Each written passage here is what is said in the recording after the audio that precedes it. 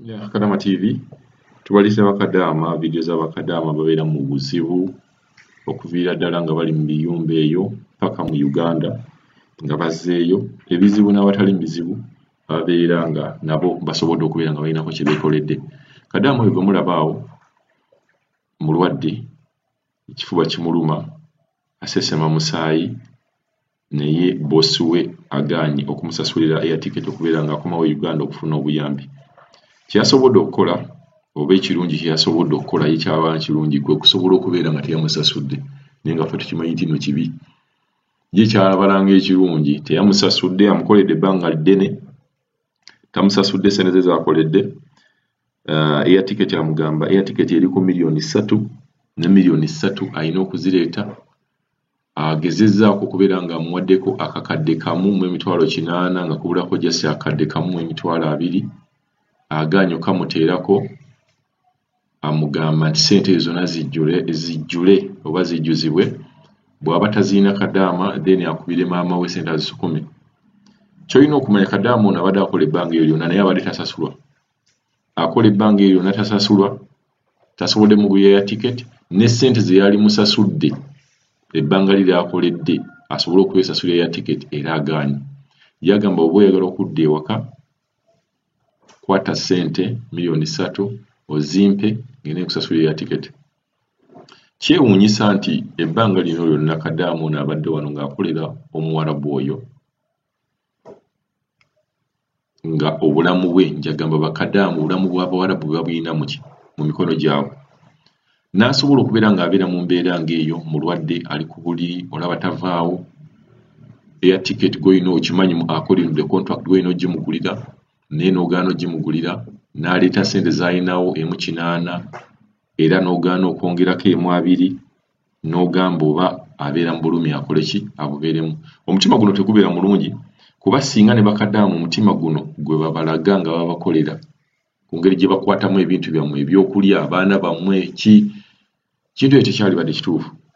So tweyongera okukubiriza abantu yenna asobola okubeera ng'ayamba omuwala ono ng'alina ekintu kyonna ky'asobola okukolawo. Famire ye bwe mulaba vidiyo eno mugezeeko okulaba nga mutuukirira mubeere nga twogezaako n'omukyalo oyo. Nenkubira ne kampani mwe yayita bwe mbeera mulina ekintu kye musobola okubeera nga mukolawo tubeere nga tuyamba Kadama ono kuba mu butuufu ali mu bulumi nga bwe mubulaba nga yeetaaga obuyambi okuva ku buli muntu yenna asobola okubeera nga abuwa.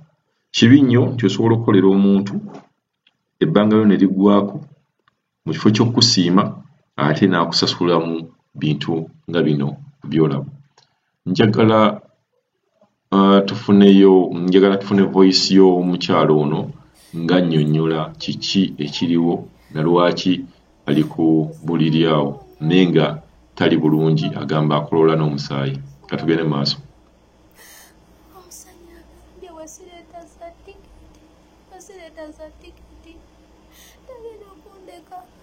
Ofisi yamugambye tantwalayo ku ofisi muno nkwate ssente zimuwe bukadde $3 antike tiketi antike ku nnyonyi naye mbasiziina ngambye muno wenafiira waneeno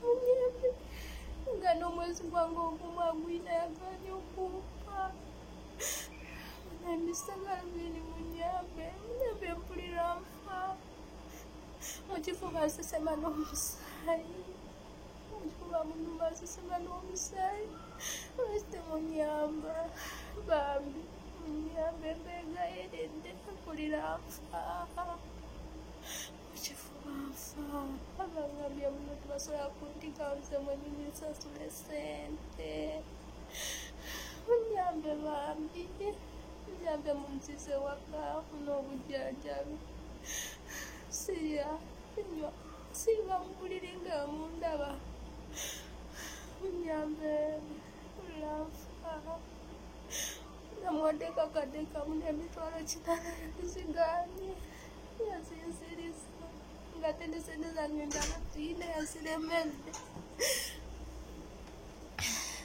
Mnamwambia mama, no mama nsasule tiketi.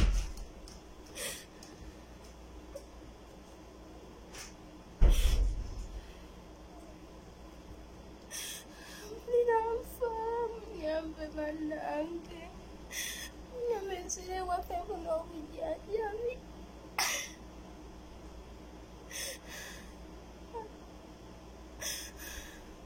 Mutagenda kumsisa ku ofisi kali lwakita munyamba.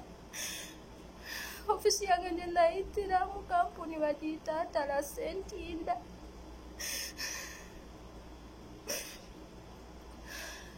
Naye munyambe nsire waka pulafa. Sina mirembe. Munyambe wakiringende nfire waffe. Nfa nsagala bino munyambe bambi. Nfa tulabula mugenda.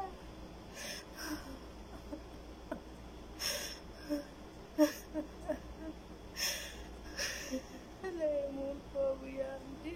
Ofisi yange Atala somba mulina muntaase. Mulinafa mama.